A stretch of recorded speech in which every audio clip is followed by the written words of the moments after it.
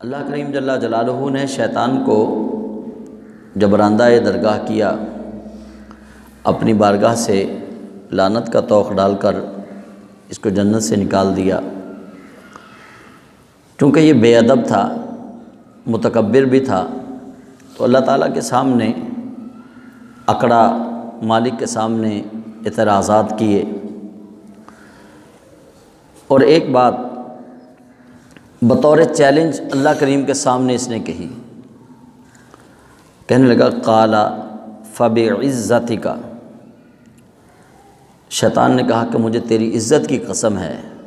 لأغوینہم اجمعین، میں اولاد آدم کو گمراہ کروں گا، میں انہیں تیرے راستے سے ہٹاؤں گا، جنت کے راستے سے ہٹا کر جہنم والے راستے پر لے جاؤں گا، تیری بارگاہ سے ان کو میں دور کروں گا۔ اور یہ شیطان اللہ کریم کو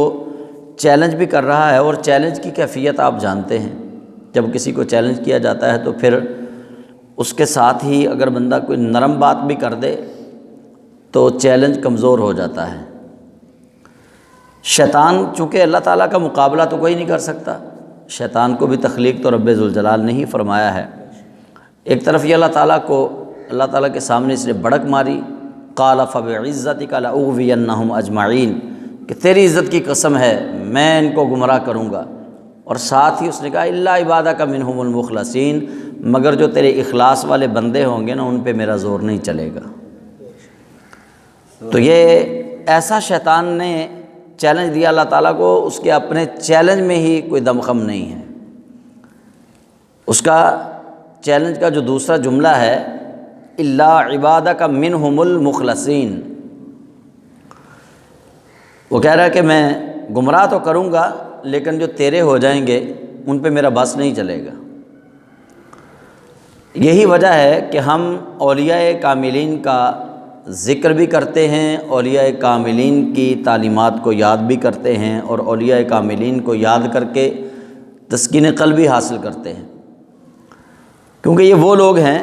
جن پر شیطان کا بس نہ چل سکا۔ اب یہ لوگ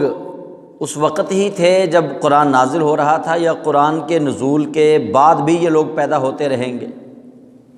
سوچنے والی بات یہ ہے۔ مرزا جیلوی، انجینئر مرزا محمد علی، وہ کہتا ہے کہ صحابہ کی ولایت جو ہے وہ قطعی ولایت ہے، قرآن سے ثابت ہے۔ صحابہ کے بعد جتنے بھی ولی ہیں ان کی ولایت قطعیت والی نہیں ہے، ولایت بس وہاں تک ہے، اتھینٹک ولایت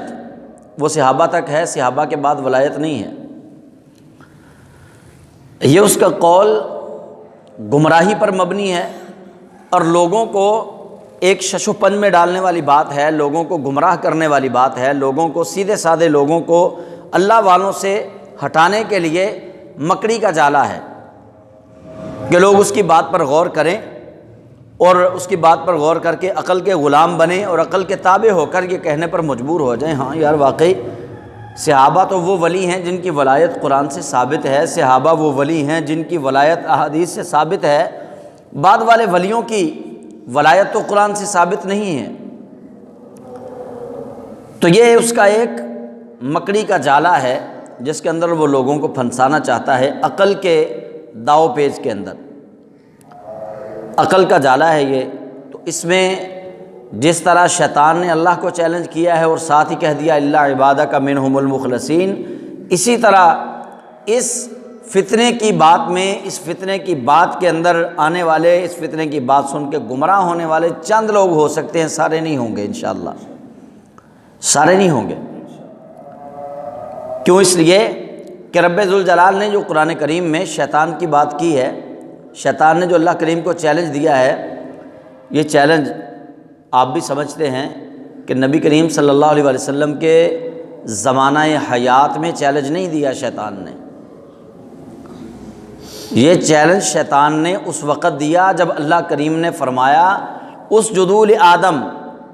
آدم کو سجدہ کرو، سب نے سجدہ کیا الا ابلیس، لیکن یہ کھڑا رہا، ابا واستکبر وکان من الکافرین، اکڑ گیا، تکبر کیا، انکار کر دیا اس نے، اور یہ کافروں میں سے ہو گیا۔ آدم علیہ السلام کو جب سجدہ سب فرشتوں نے کر دیا تو یہ اکڑا۔ اس وقت رب ذوالجلال نے فرمایا قال فاخرج، فرمایا نکل، دفع ہو جائے یہاں سے۔ اس وقت جو رب کریم نے اس کو اپنے دربار سے نکالا، اپنی رحمت سے دور کیا، تب یہ اللہ کریم کو چیلنج دے رہا ہے۔ اس وقت کا چیلنج ہے یہ، صحابہ کے دور کا چیلنج نہیں۔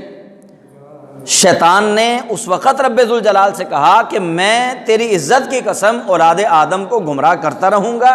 الا عبادک منہم المخلصین، مگر جو تیرے اخلاص والے بندے ہوں گے ان پر میرا زور نہیں چلے گا۔ جس طرح شیطان کی یہ بات ہزاروں سال پہلے کی ہے اور اس کا مصداق تمام اولیاء، تمام زمانے کے اولیاء ہوتے رہے کہ جس زمانے میں بھی اللہ کا مخلص بندہ ہوا، وہ زمانہ حضرت آدم کا ہو، وہ زمانہ حضرت نوح کا ہو، وہ زمانہ حضرت ابراہیم کا ہو، وہ زمانہ جناب اسماعیل کا ہو، وہ زمانہ جناب موسیٰ و عیسیٰ کا ہو، وہ جس بھی زمانے میں اللہ کا مخلص بندہ ہو، اللہ کا ولی ہو، شیطان کا اس پر وار نہیں چلے گا۔ ایسے ہی نبی کونین صلی اللہ علیہ وسلم کی حیات ظاہری میں حضور کا کوئی مخلص بندہ ہو، اللہ کا کوئی مخلص بندہ ہو، حضور کی حیات ظاہری کے بعد حضور کا کوئی مخلص غلام ہو، اللہ کا مخلص بندہ ہو،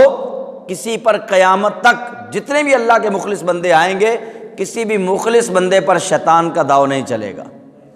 اس نے کہہ دیا کہ الا عبادک منہم المخلصین۔ شیطان مان رہا ہے کہ میرا داؤ، میرا مکر، میرا فریب اللہ والوں پہ نہیں چلے گا۔ شیطان مان رہا ہے تو شیطان کے راستے پر لگانے والوں کو بھی چاہیے کہ وہ بھی کچھ حیا کریں کہ جب اتنی بڑی پاور، شیطان بہت بڑی پاور ہے، اللہ کے مقابلے میں ہے نا، بے شک اس کو پاور اللہ نے ہی دی ہوئی ہے، لیکن سوچنا تو پڑے گا اتنی بڑی پاور شیطان، پاور ہونے کے باوجود دنیا میں جتنے شیطان ہیں، جتنے ظلم و ستم ہوتے ہیں، سب کا بانی شیطان ہے۔ دنیا کے اندر جتنے گناہ ہوتے ہیں، سب گناہوں کا بانی شیطان ہے۔ دنیا کے اندر جتنے متکبر لوگ ہیں، سب کا بانی شیطان ہے۔ تو سارے پاپوں کو اکٹھا کیا جائے کائنات کے تو شیطان بنتا ہے۔ اتنی پاور والا شیطان جو ہے وہ سارے لوگوں کو، جناب بہت سارے لوگوں کو اس نے گمراہ کیا اور گناہوں پہ ڈال رہا ہے۔ جب وہ اللہ کے بندوں کے سامنے عاجز آ گیا اور وہ اللہ سے کہہ رہا ہے کہ مالک میں ان کو گمراہ تو کروں گا مگر جو تیرے مخلص بندے ہوں گے ان پر میرا وار نہیں چلے گا۔ جب اتنے بڑے شیطان سے جو گمراہ نہیں ہو سکے، جب اتنے بڑے شیطان سے ان کی عظمت کم نہیں ہو سکی، تو یہ جہلم سے اٹھ کے اگر کوئی کہے کہ جناب ولی صرف وہی تھے تو یہ غلط مفروضہ ہے، یہ حضور کی امت کو تقسیم کرنے والا مفروضہ ہے، یہ حضور کی امت میں انتشار و افتراق پھیلانے والا مفروضہ ہے کہ وہ ولایت کا انکار کر رہا ہے۔ نبوت کا دروازہ بند ہے،